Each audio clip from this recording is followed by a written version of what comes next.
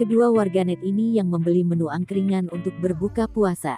Awalnya tidak ada yang aneh, pemilik akun TikTok @paus bermimpi tersebut tampak memperlihatkan menu angkringan berupa sate-satean di atas kertas minyak.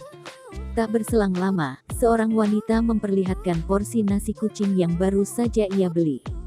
Wanita tersebut dan teman prianya langsung tertawa terbahak-bahak. Bukan tanpa alasan, pasalnya porsi nasi kucing yang ia dapatkan ukurannya sangat tak biasa.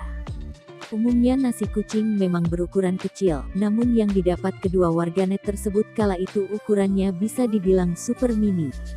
"Ini bukan nasi kucing, ini mah nasi tikus," ungkap wanita tersebut. "Maaf buat geli-geli lambungnya, nasi kucing emang kecil ya guys ya, tapi nggak segini juga nggak sih, hahaha.